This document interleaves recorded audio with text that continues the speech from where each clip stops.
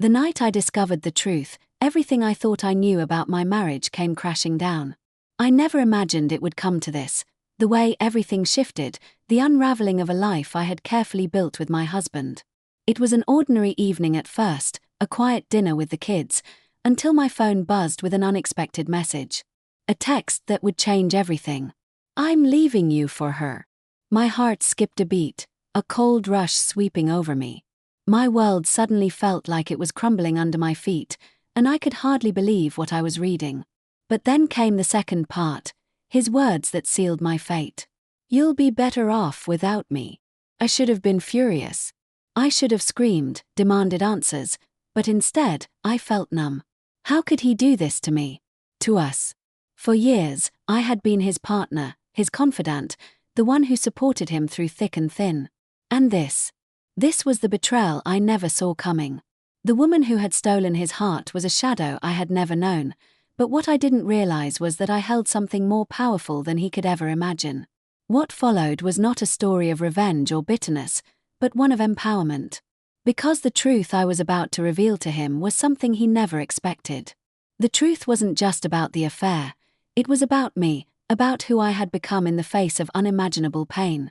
I was no longer the woman who would cower in silence. And as the weight of his choices bore down on him, he would come to regret the day he underestimated me. This was no longer about saving my marriage, it was about reclaiming myself. As the night grew darker, so did the truth I was about to uncover. This would be the moment where the mask he wore for years would slip, and everything he thought he knew would be shattered forever. The days that followed that painful revelation were nothing short of a blur. The initial shock of my husband's confession kept me in a haze, unable to fully process what was happening. For the first few days, I found myself going through the motions, making breakfast for the kids, putting on a brave face for friends and family, and attending to the responsibilities of daily life. But behind the facade, my mind was a storm of confusion and disbelief. I kept replaying his words in my head, "I'm leaving you for her." How could he betray me like this? After all we had been through together, how could he walk away so easily? It wasn't just the affair that hurt. It was the idea that I had failed him. The woman he left me for seemed to be everything I wasn't. Younger, more carefree, and seemingly more adventurous. I was left questioning everything. Was I too ordinary for him? Too predictable? Was I not enough? The internal struggle I faced was far worse than the external one. Doubting myself, second-guessing every choice I had made over the years. My marriage, my relationship with him, had been my identity. But now, in the wake of his abandonment, I was forced to reckon with a new, unfamiliar reality. And then, there were the kids. Our two beautiful children, who had been raised in the comfort of a home filled with love and security, were now caught in the fallout of their father's actions. They didn't fully understand what was happening, but they could sense the tension in the air. The way their father stopped coming home at night, the way I'd wake up in the middle of the night with tears in my eyes, would leave them feeling uncertain. As a mother, that was the part that shattered me the most. The idea that my children might grow up with broken hearts, carrying the same scars I had from my own childhood, was unbearable. It was during this time that my best friend, Sarah, became my rock. Sarah had known me for years, through high school, through all the ups and downs of my marriage, and through the moments of joy and struggle. I confided in her that evening, my voice shaking with a mix of anger and pain as I recounted what had transpired. She listened, her silence a quiet understanding, before responding with a single question: "What are you going to do about it?" It wasn't the answer I expected. I was already overwhelmed with the idea of holding everything together for the kids. I was focused on survival, on simply keeping my head above water. But Sarah, always the bold one, had other ideas. She didn't coddle me or tell me what I wanted to hear. She didn't try to offer immediate solutions. Instead, she challenged me. "This isn't the end of your story. You need to decide who you want to be in this. You have a choice." That conversation lingered in my mind for days. The more I thought about it, the more I realized Sarah was right. I could stay in this limbo of pain and anger, but what would that do for me? What would that do for my children? I needed to be more than just the victim in this story.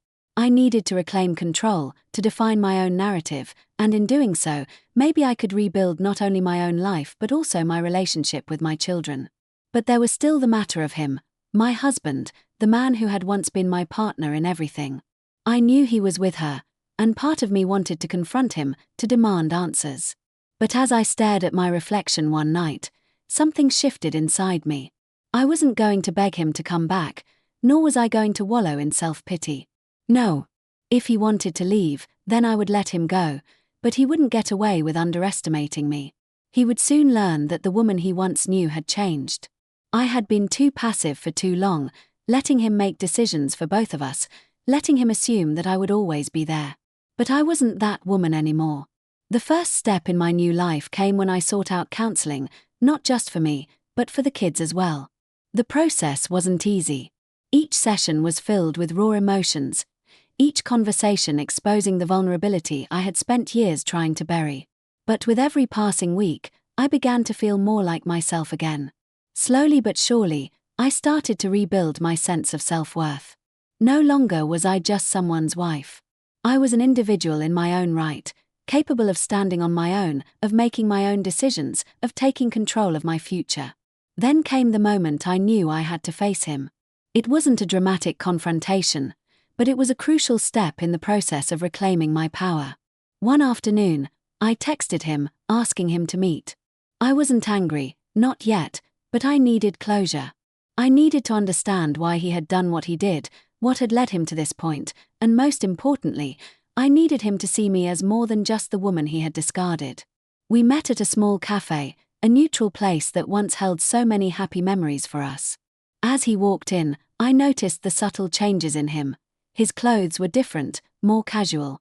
There was an unfamiliar look in his eyes, one that didn't quite meet mine. He was no longer the man I had known. This wasn't the husband I had once loved. "How are you?" I asked, my voice steady despite the whirlwind of emotions inside me. He hesitated before answering. "I'm fine. I guess I'm just trying to figure things out."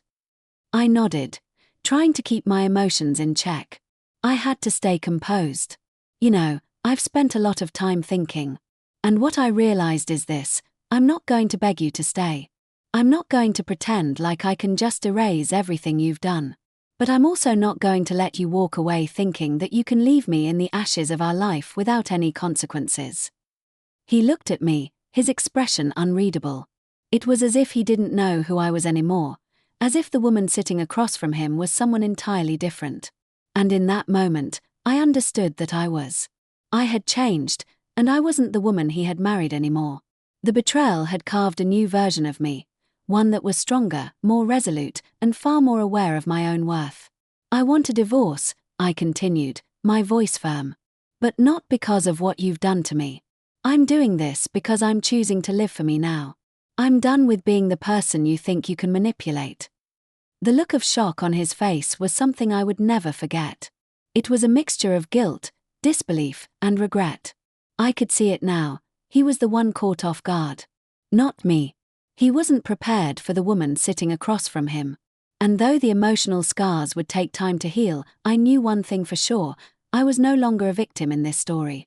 I was the author. The aftermath of that conversation felt like stepping into a new world. It was unsettling at first. As the reality of my decision to move forward without him sank in, I began to understand the weight of what lay ahead. The initial relief of taking control, of not being beholden to him any longer, gave way to the chaos of real life. There were children to care for, a house to maintain, and my own emotional journey that was far from complete. But something within me had shifted. I wasn't the woman who would let life happen to her anymore. I was the woman who would face the storm head-on.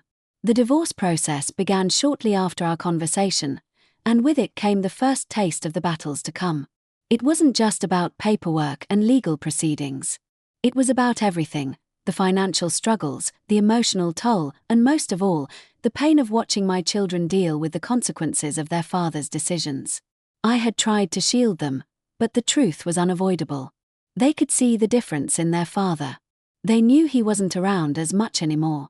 They sensed the tension in our home, the change in my demeanor, and no matter how hard I tried to make things normal, There was no escaping the new reality. For a while, I threw myself into my work. I'd always been a dedicated professional, but with the additional stress of the divorce, I found myself working late nights, burying myself in my career as a way to cope. But while my job provided a temporary distraction, it also opened my eyes to the shift that was taking place in my life. I was no longer just a stay-at-home mom or a wife with no identity outside of those roles. I was becoming something more, something stronger. At the same time, the emotional toll of my broken marriage began to take a deeper hold. It wasn't the anger that consumed me, it was the grief. I grieved the life I thought I would have. I grieved the future that was now shattered, the dream of growing old with someone who, it turned out, didn't see me the same way. But that grief was not just about him. It was about me, about the woman I had forgotten to be, about the dreams I had buried for the sake of my family. For years, I had devoted myself to him, to the idea of our life together, and in doing so, I had neglected my own needs, my own aspirations. Then there were the moments of clarity, those fleeting moments when I'd catch my reflection in a store window or feel the satisfaction of a task well done at work. It was in these moments that I realized something that had eluded me for so long. I was still here. I was still whole. My life wasn't over. It wasn't perfect, but it was mine. The woman who once depended on her husband to define her worth was now discovering a sense of self-worth that was entirely her own. But despite these moments of growth, there were still the days when I was consumed by doubt. In the middle of the night, I would lie awake, wrestling with thoughts of him. Was I doing the right thing? Was this really the best decision for my children? I still loved him, even though I hated what he had done. I found myself questioning whether love could truly survive such a betrayal, and if it did, what it would even look like. And then came the hardest part, when he started to fight back.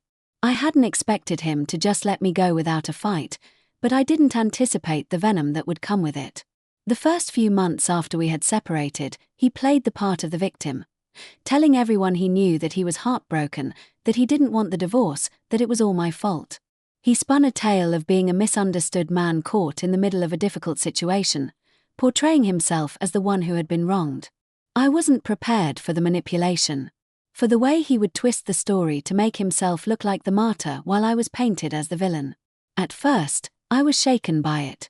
I was so used to being the one who supported him, the one who kept the peace, that seeing him turn his charm on everyone else while portraying me as the cold-hearted one made me question myself.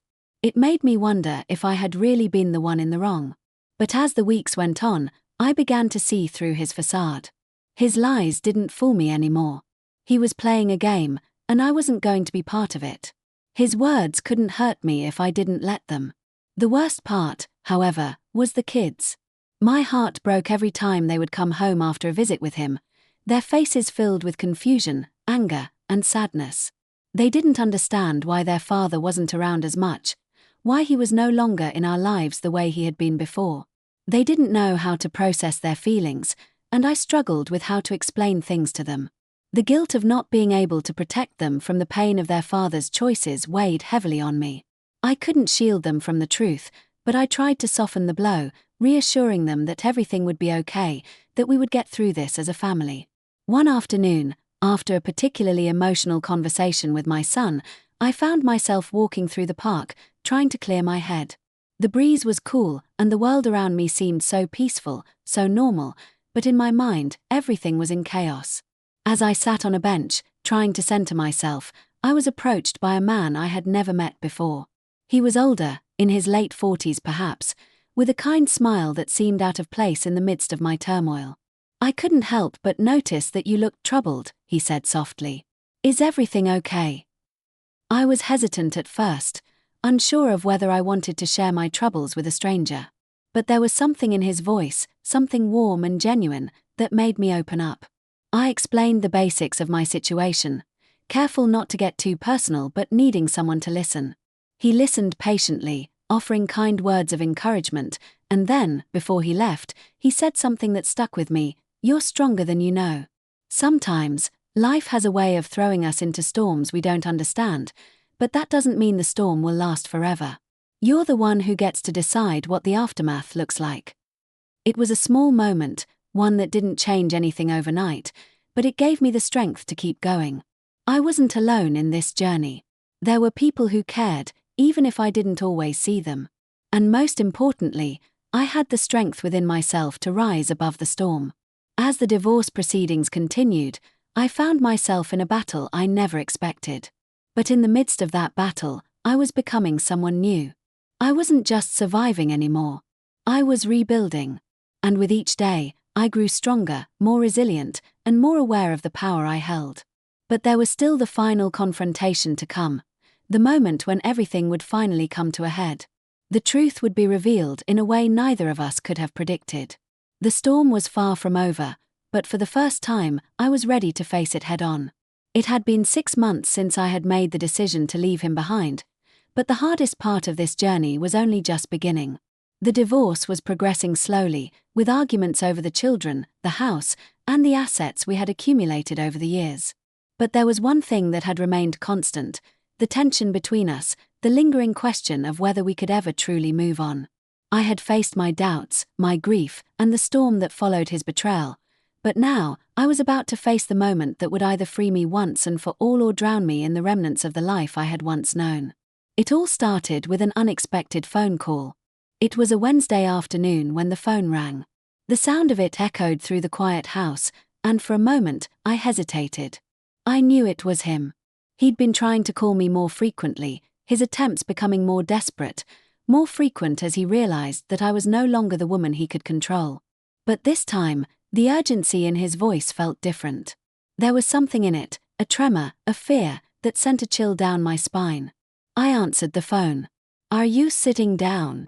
His voice was strained, a sharp edge to it that I had never heard before. "Why?" I asked, though I already sensed the gravity of whatever was coming. "What's going on?" There was a pause on the other end, and then his words came out in a rush. "I've made a mistake, okay? A big one. I need to see you. There's something I need to tell you. Something important." The hair on the back of my neck stood up. For months, I had worked hard to close the door on our past, to let go of the anger and confusion, to protect myself and the children from his emotional manipulations. But now, he was calling me, sounding more like a man who had just realized that the life he had been living was a facade. A man who had run out of time. "I don't think there's anything left to talk about," I replied, my voice firm despite the unease that was creeping into my chest. "We're done. We agreed on that." But he wasn't ready to let go. "No, you don't understand. It's not about the divorce. It's about what's coming next. It's about her." The mention of her, the woman who had torn apart our family, sent a ripple of anger through me, but I kept my calm. "I don't need to hear it," I said coldly, my thoughts racing. "You made your choice. You're with her now." "Please," he said, desperation creeping into his voice. "You don't get it. You have to know the truth about her. She's not who you think she is. She's been lying to me the whole time. Everything is falling apart. I made a terrible mistake." My heart pounded in my chest. I had been expecting many things from him in the last few months: apologies, attempts to get me back, even more manipulation. But this was different. The cracks in his carefully constructed life were showing. The mask he had worn for years was slipping. And in that moment, I realized that this was the moment I had been waiting for, the moment when everything he had built came crashing down. "I don't want to hear it," I repeated, but there was a part of me that couldn't turn away. A part of me that needed to know. What had he done now? "Please, just meet me," he begged. "I need to tell you everything in person. I don't want to leave anything out." I took a deep breath, my mind torn. I knew this wasn't about reconciliation. I knew he wasn't trying to win me back. No, this was about something deeper, about the truth finally coming to light. And as much as I hated the idea of him taking up any more of my time or energy, there was a part of me that knew I needed to hear him out. Maybe this would be the final moment where I would get the closure I so desperately needed. "Fine," I said, my voice steady despite the turmoil within. "I'll meet you. But this ends today." We arranged to meet at a small park, a neutral ground. I arrived early, standing beneath the shade of an old oak tree, waiting for him to show up. My mind was racing. What was he going to say? What had happened between him and her? Was it possible that the woman he had chosen over me, the one who had torn our family apart, was now betraying him too? It felt almost poetic, in a cruel way. When he finally arrived, he looked disheveled, his clothes wrinkled, his face pale. There was no longer any trace of the confident, self-assured man I had once married. Instead, he looked like a man broken by his own choices, a man who had finally seen the consequences of his actions. "Sit down," I said, gesturing to the bench beside me. My voice was calm, almost detached, but underneath it, there was a simmering anger I was struggling to suppress. I had to stay focused. I had to stay strong. He sat beside me, his hands trembling slightly as he looked at the ground. For a moment, neither of us spoke. The silence stretched between us, heavy with all the unspoken words that had been left hanging in the air for months. Finally, he broke the silence. "I didn't want to believe it," he said, his voice barely above a whisper. "But she's been lying to me the whole time. Everything she told me, it was all a lie. I thought she was different. I thought she was the answer to everything I felt was missing, but she's not who I thought she was." I watched him, my emotions a whirlwind of confusion, anger, and a deep sense of betrayal. The man who had walked away from me, who had chosen another woman over his family, was now sitting here, confessing that he had been deceived. The irony wasn't lost on me. After everything he had put me through, he was now asking for my sympathy. He had left me shattered, but now he was the one who had been deceived. "Do you think that changes anything?" I asked, my voice tight with anger. "Do you think that after everything, I'm just going to feel sorry for you? After you walked away from me, from this family, after you chose her over us, you really think I care about your problems with her?" He looked at me then, his eyes filled with guilt. "I don't expect you to forgive me. I don't expect anything from you. But I need you to understand. I've lost everything. I lost you, I lost the family we built together, and now I'm losing her too. I don't know what to do anymore." There was a part of me that wanted to lash out, to let him feel the pain I had carried for so long. But as I looked at him, something inside me shifted. This man, the one who had betrayed me, was no longer the center of my world. He was no longer the one who defined my worth. He was just another person who had come and gone, and now it was my turn to decide what came next. "I've already moved on," I said, my voice steady but firm. "You don't get to control my story anymore. You don't get to be the reason I keep looking back. This is the last time we talk about this." His eyes widened, and I could see the realization hit him. He wasn't the one in control. He wasn't the one who got to dictate the terms of my life. For the first time in months, I felt a sense of peace settle over me. This wasn't about him. It was about me, about the new life I was building, the woman I was becoming. As I stood up to leave, I turned back to him one last time. "You made your choice. Now, I'm making mine." And with that, I walked away, leaving him behind for good. The days after that meeting with him felt like a strange mix of liberation and quiet reflection. I had walked away from the past, fully embracing the future, but the path forward was far from clear.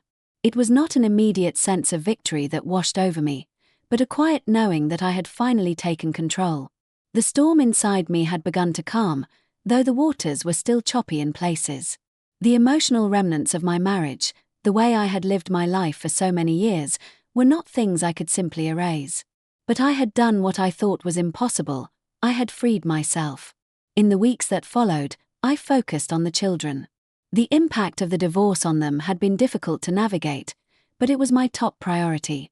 I wanted them to know that while their world had shifted dramatically, it was still full of love and possibility.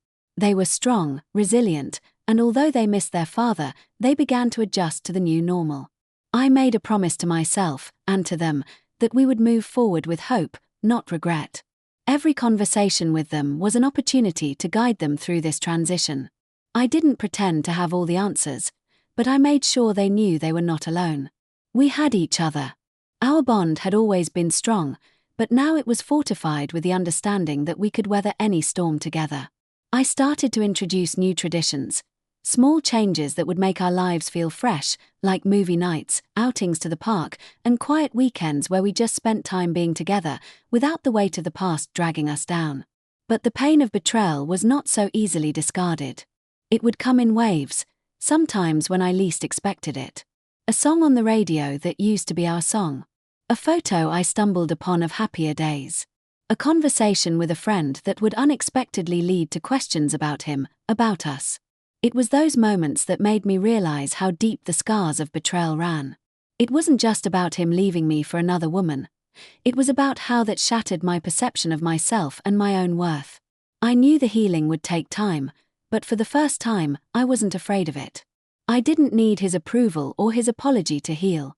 I had learned to lean on myself, to recognize my own strength, and to trust that I could handle whatever came my way. The truth I had been seeking from him, the truth that would finally give me the closure I needed, was no longer important. I had found a new truth, that I was whole without him. And that, in itself, was the most liberating revelation of all.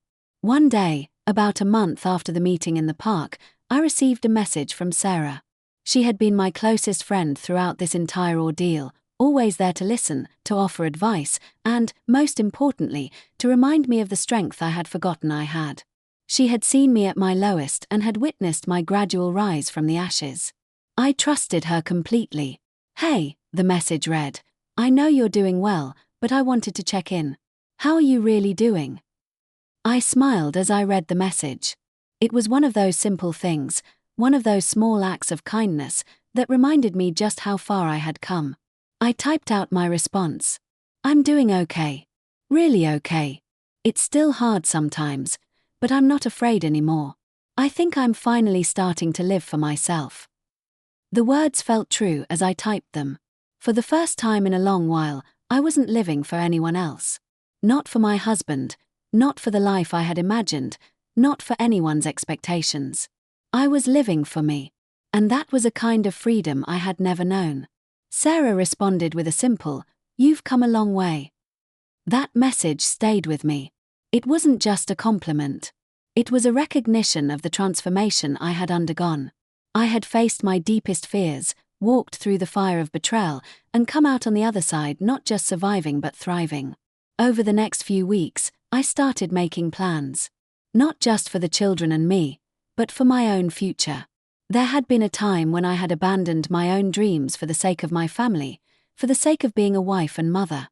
But now, I felt a renewed sense of purpose. I began to explore the things that had been buried deep inside me. My passion for painting, my desire to travel, and the idea of starting a small business. I took a leap of faith and signed up for an art class. It was one of the simplest things I could have done, but it felt monumental. It was an act of reclaiming my identity, of carving out space for myself in a world that had once been defined by someone else's needs. Then came a surprising moment, a moment that made me realize just how much I had healed. One afternoon, as I was walking through a local art gallery, I ran into him. My ex-husband.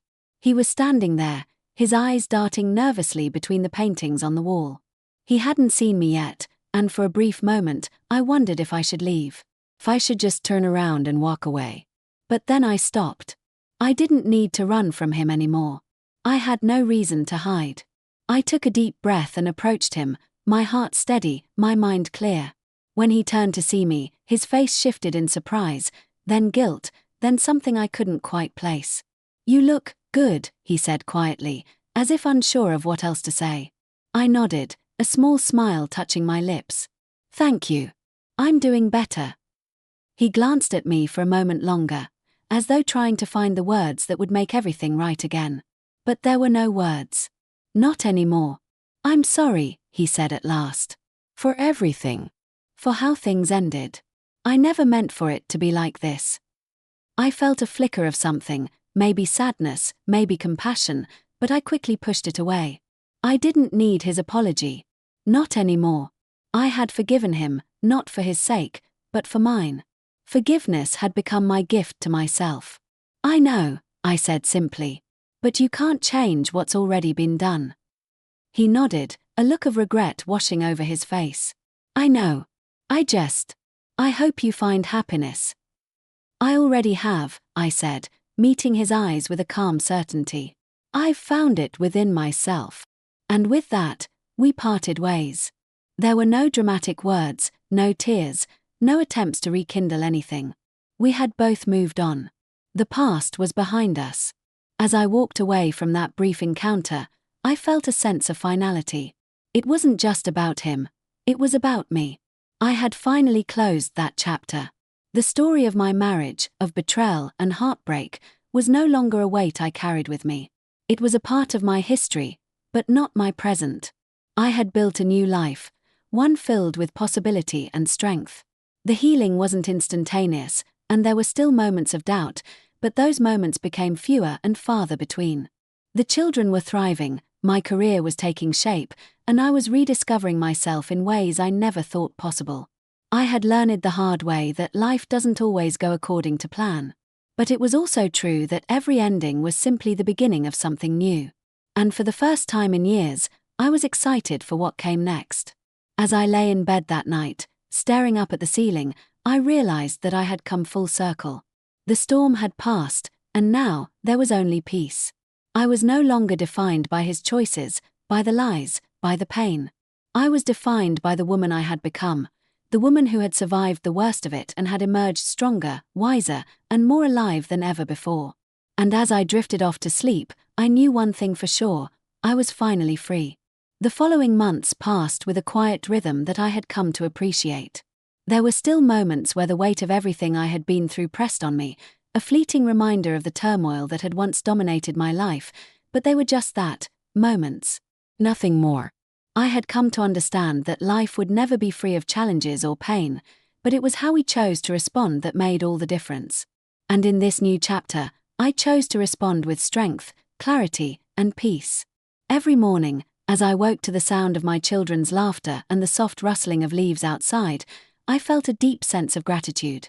It wasn't just for the new beginnings that I had been granted, but for the journey that had brought me here. I had been tested, forced to face the darkest parts of myself, to confront my fears and doubts, but I had survived.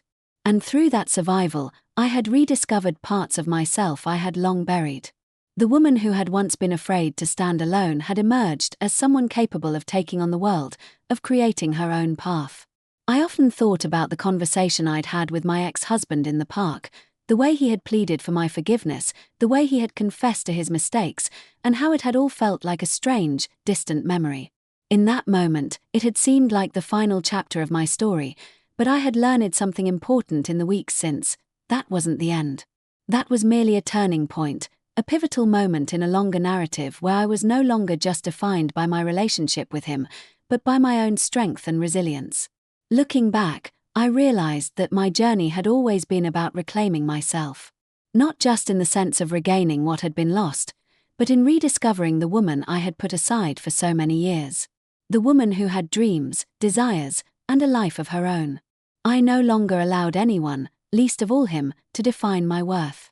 I knew now that the true measure of a person wasn't their ability to avoid hardship, but their capacity to rise from it, to find meaning in the pain and to use that meaning to create something better. It wasn't just my personal healing that was important.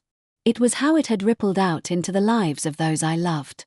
My children, who had once been caught in the crossfire of our broken marriage, now saw a different version of me. A mother who was not just a caretaker but a woman who had the power to shape her own destiny. I made sure they knew that their worth wasn't tied to anyone's opinion of them, and that no matter how hard life got, they always had the power to move forward with grace and dignity. They saw me not as someone who was defeated, but as someone who had fought for what mattered, and that would stay with them for the rest of their lives. I had come to understand that healing wasn't a straight line. It wasn't something you could rush or control. It was a process, one that required patience, reflection, and time. But more than that, it required forgiveness. Not just of others, but of myself. I had to forgive myself for the things I had allowed to happen, for the parts of me that had been willing to accept less than I deserved. I had to forgive myself for staying in a relationship that had ultimately hurt me. And once I did, I realized that I had the power to rewrite my story in any way I chose.